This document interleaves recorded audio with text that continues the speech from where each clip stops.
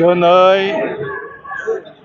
29 नं सुक्लायसाफां सिरफां समष्टियाव youth BPF बिएसइउ आरो women बिपिएफनि माने बेहाय मोनसे मेल जायो। बे मेलावहाय हाग्रामा महिलारि बिथाङा गाहाय आलासि हिसाबै बाहागो लायो आरो महिला बिपिएफनि आइजो गांखंनि बिपिएफनि आफादगिरि सुप्रिया रानी ब्रह्म बिथाङाबो फैयो आरो इउथनि आफादगिरि रिन्जय बर', बिएसइउनि आफादगिरि सोगोमसार बसुमतारी आरो बिदिनो माखासे बारग' एमए बारग' इएम बिथांमोना दिनै बेवहाय जोंनि बे मेलाव बाहागो लायो आरो बेवहाय सुक्लायसारफां ओनसोलनि 12टा गामिनि गुबुन गुबुन सुबानिफ्राय दिनै बेयाव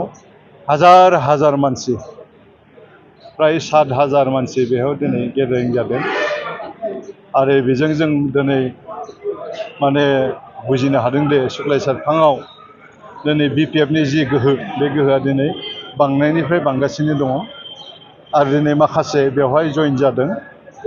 जों जइन जानायनि पिकचारखौ लास्लाबनो हायाखिसै, माखासे हाखु दाखु मोसानाय माबानाय बेफोरखौ दिन्थिफुंनायावबो एसे सम थांदों। जियाजों जाथों मानो दिनै जेफोर रायजोफोर दिनै बे मेलाव फैबाय बिथांमोनखौ आंनि गोसो गोरबो सिंनिफ्राय साबायखर बावो।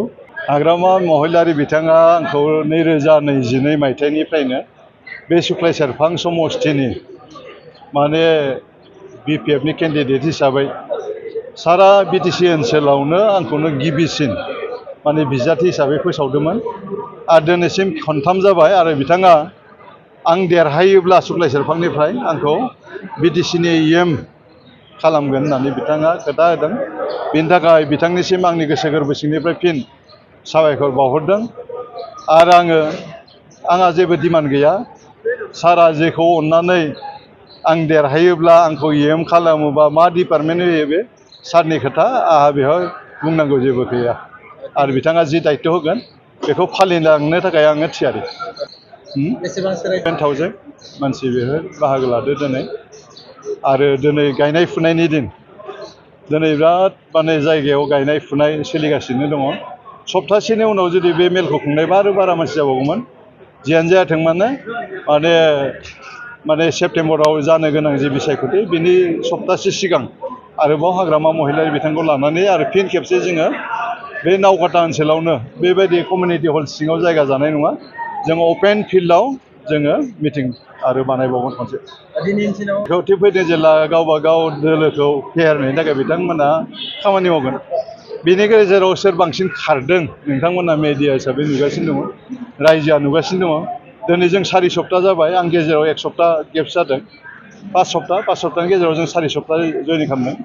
जोङो सप्तायाव 500 जयनिं खालामनायनि हाबाफारिया दिनैसिम 4 सप्तायाव जोबनानै थांबाय। माने 2,000निख्रुइ बांसिन दिनै जोंनि सुक्लायसारफां ब्लक कमिटि बिपिएफआव जयनिं जाखांबाय। नैबे समाव बिथाङा दिनै आसामनि गिबि मन्थ्रि, जि गोसो बेखौनो मावनो हायो, खिन्थु लेट जादों बेनिखायसो जों दुखु मोनदों। दिनै नैबे लामाखौ जोङो 2014 आरो 15 मायथाइयाव जोङो कंग्रेसजों थानाय समाव बायटा सारियालि रामगाव नाग्रिजुलि बे लामाखौ जों बानायदोंमोन। दुखुनांथाव खोथाया जाहैबाय जेब्ला बिपिएफ हान्जाया माने सरकाराव गैला बे समनिफ्राय नैबे लामाया मेनटेनेन्स गैया आरो प्रमद बर' बुंनाय बायदि सुइजारलेण्डनि बायदि लामा जों दिनै सुइजारलेण्डनि लामाया जोंनि लामाया नामा बेखौ जों सानफ्लाङो आरो गेजेर गेजेर। माने बिथाङा सुइजारलेण्डनि खोथा बुंबाय थायो। सुइजारलेण्डनि लामाया बेबायदिनो गोजौ गाहाय हाखर हाला माने बाज्ल' गारि सालायलांनांगौ नामा बेखौ जों सानो। दा बेबायदि खोथा। दा चिफ मिनिस्टार बिथाङा मानगोनां हिमन्त बिश्व शर्मा बिथाङा जि बिथाङा मावनायनि खोथा बुंदों, आं बेखौ साबायखर, आं वेलकाम खालामो। आरो आंनि गामियाव बिथाङा बुंदों थांनाय माने 2021 मायथाइयाव जेब्ला तामुलपुर बिधान सभानि बाइ इलेक्सन जायोमोन, बे बाइ इलेक्सन जानाय समाव आङो इन्डिपेन्डेन्ट हिसाबै माने तामुलपुर माने कन्स्टिटिउन्सिनिफ्राय आङो बाहागो लादोंमोन बाइ इलेक्सनाव। आरो बे समाव आसामनि गिबि मन्थ्रि बिथाङा जों गामियाव जोंनि औबारि फिल्डआव बिथाङा मिटिं खालामना बेदिनखालिनो माने 10 कोटि रां स्टेडियाम बानायनो थाखाय फोसावदोंमोन दासिमबो जायाखै आरो बे जुदि नैबे इलेक्सननि सिगां जायोबा आं जोबोद गोजोननाय मोनगोन